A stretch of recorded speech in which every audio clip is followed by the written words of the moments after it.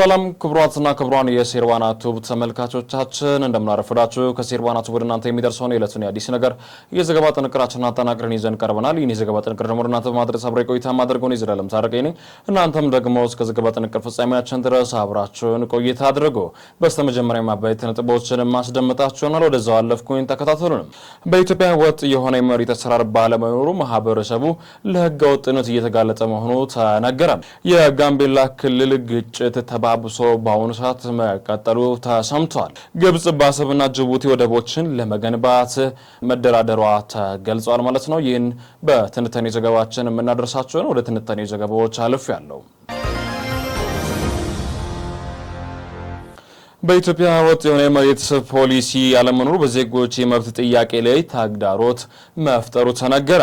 በኢትዮጵያ 80 በመቶ የሚሆን የህዝብ ክፍል ኑሮ ከመሬት ጋር የተቆራኘ ቢሆንም በአገራችን እስካሁን ድረስ ራሱን የቻለ የመሬት ፖሊሲና አጠቃላይ የመሬት አጠቃቀም እቅድ አለመኖሩን በምርታማነትና በዜጎች የካሳ መብት ላይ ተግዳሮት እየፈጠረ መሆኑ ተመላክቷል።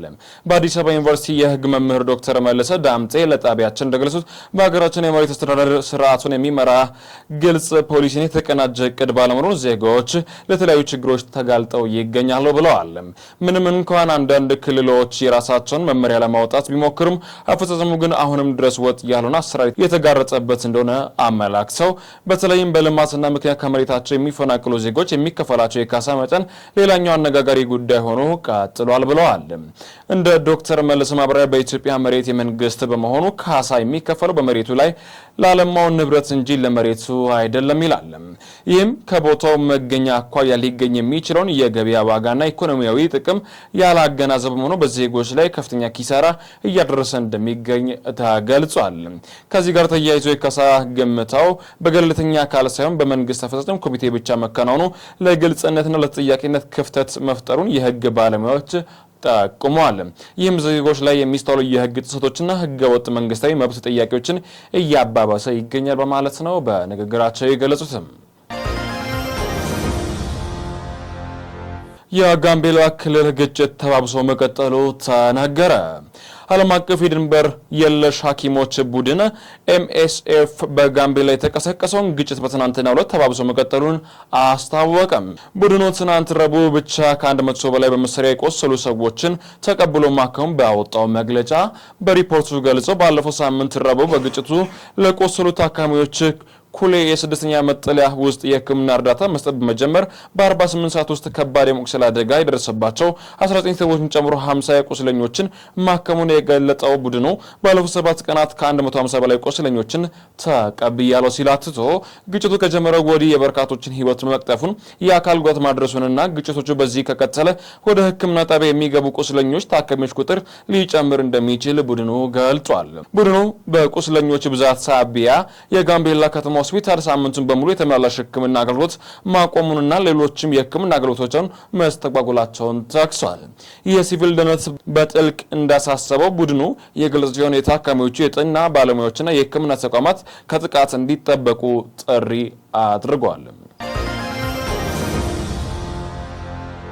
ግብጽ በአሰብና ጅቡቲ ወደቦች ለመገንባት ስምምነት ላይ መድረሷ ተነገረ።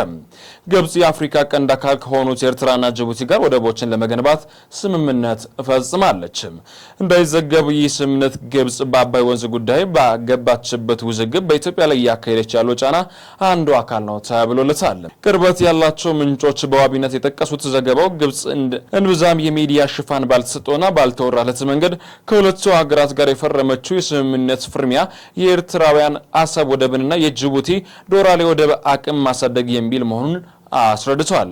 ሁለቱ ወደቦች በቀይ ባህር ደቡባዊ ክፍል ባባ አለመንደብ ሰርጥ አቅራቢያ የሚገኝ መሆናቸውን የጠቀሰው ዘገባው ጅቡቲና ኤርትራ የኢትዮጵያ ጎረቤቶች ከመሆናቸው በላይ ኢትዮጵያን ሸቆጦኝ የምታስገባው በዶራሌ ወደብ መሆኑን አስተውሎ ዘገባው ሲቀጥል ግብጽ በቀይ ባህር ላይ ከ2000 ኪሎ ሜትር በላይ ጠረፍ ያላትና ቀይ ባህርን ሜዲትራኒያን የሚያገናኘው ስዊዝ ካናል የተቆጣጠረች ሀገር ናት ካለ በኋላ በተደጋጋሚ እንደ ኢትዮጵያ ያሉ የባህር በር የሌላቸው ሀገራት ወደ ቀይ ባህር ለመዳረስ የሚያደርጉትን ጥረት ስትቃወም መቆየቱን አስረድቷል ዘገባው።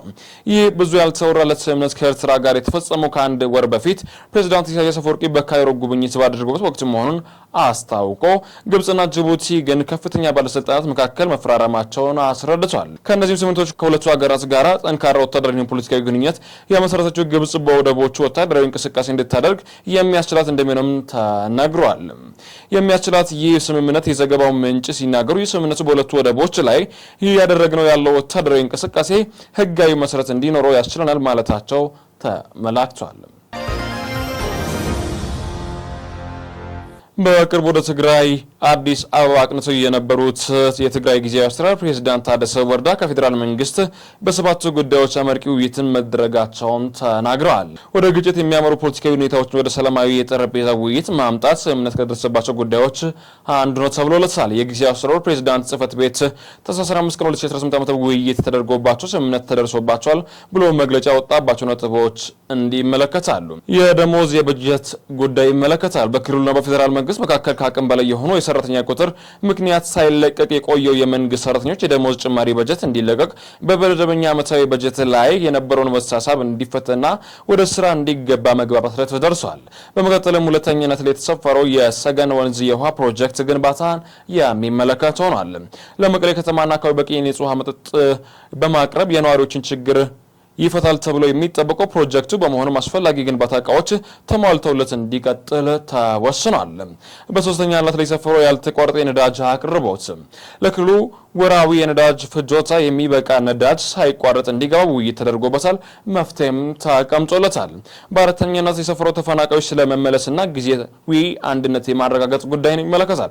ተፈናቃዮችን የመመለስና ግዛታዊ አንድነት የማረጋገጥ ጉዳይ ቀጣይነት ያለው ውይይትና ሰፊ ልፋት ግንኙነት መፍትሄ እየተበጀለት እንዲካሄድ መግባባት ላይ ተደርሶበታል።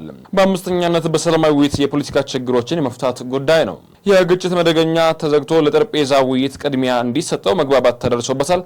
የራሳችንን የፈጠረውን ችግር በራሳችን መቅረፍ አለብን በማለትም እንዲሁ እንደተወሰነ ተናግረው በመጨረሻነት አገራዊ ክልላዊ ምርጫ በሚመለከት በቀጣይ መርሃ ግብር ግንቦት 2018 ዓ.ም የሚካሄደው ሰባተኛው አገራዊና ክልላዊ ምርጫ በትግራይ ለሚካሄድ አስቻይ ሁኔታን መኖራቸውን አለመኖራቸውን አስመልክቶ ጊዜያዊ ስር በያዝነው ሳምንት ይፋዊ መግለጫ እንዲሰጥ መግባባት ላይ ተደርሷል የተባለለትም።